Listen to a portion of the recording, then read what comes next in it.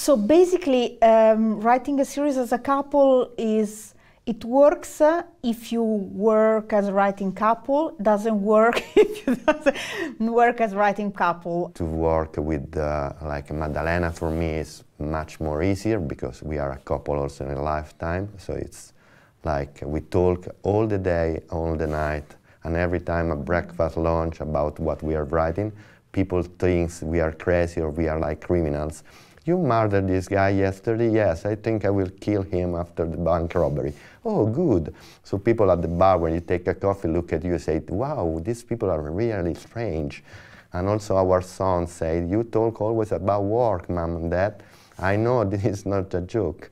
It's good with them because they may someday hear and they remind us perhaps we were lacking the title of a movie and he heard the day before us discussing, and so he said, this is the title you're looking for because you were talking about that yesterday. So sometimes it's helpful also having the family on your behalf. It is such a big enterprise to write a series that it's a prototype as Django is, and maybe as also Gomorrah and Zero have been. So it's a long, long journey. You have to deal with a lot of source materials, a lot of inputs, a lot of changement. It belongs exclusively to, you know, the writing process and how do you deal with it. We began the story looking at the movie of Corbucci and just thinking about what we feel looking at this movie.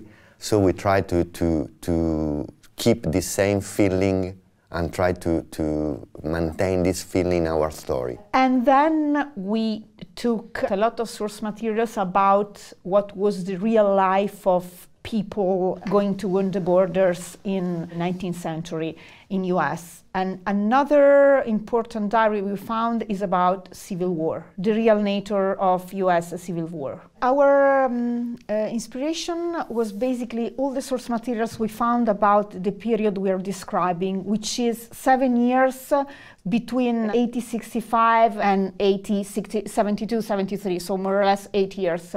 And another source materials we found is all the materials about the utopic communities that were spreading around since the end of the 18th century. There was an effort of, in a new land, brand new, to build something like that. That's where the idea of New Babylon takes its start. When you write something, there is like two ways. You can go to sources that are movies and books. In this case, you are like using material that other writers or directors have made. In other case, you can try to find a fast source materials. That means the people that really lived in this condition.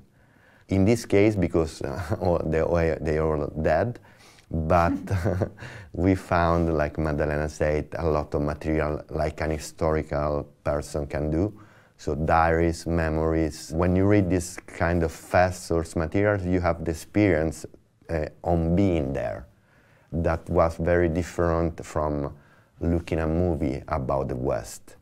And one of the first things I remember is like the darkness. You cannot see nothing. There were not light in the cities, so you don't know where you were. So basically we choose to put a queer character because the idea we got from an interpretation of source materials was about the frontier and utopic communities that were developing for real in these times.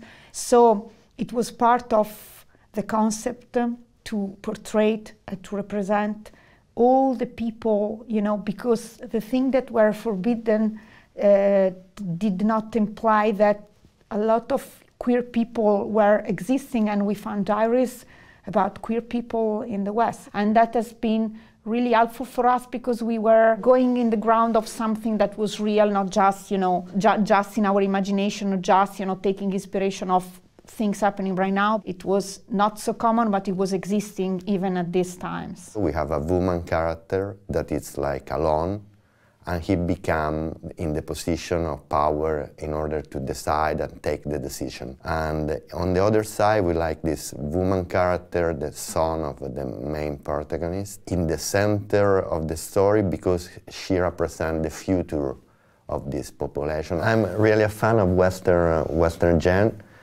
just because since I was a child, I went to all the Western movies with my family, with my father and my mother. And also I used to play when I was a child all the time in the ground with the Western soldiers, cowboys and Indians, make fight. Once a week, my father was, building a tent in the middle of the living room, and we hit stuffed beans, sing westerns. And the other one, I was 6 and I received for Christmas a doll, and I asked the tent of Indians and the guns of Western, the cowboys' guns, and I cut the throat of the doll in riot. So then I got what I wanted. That's how much I loved it.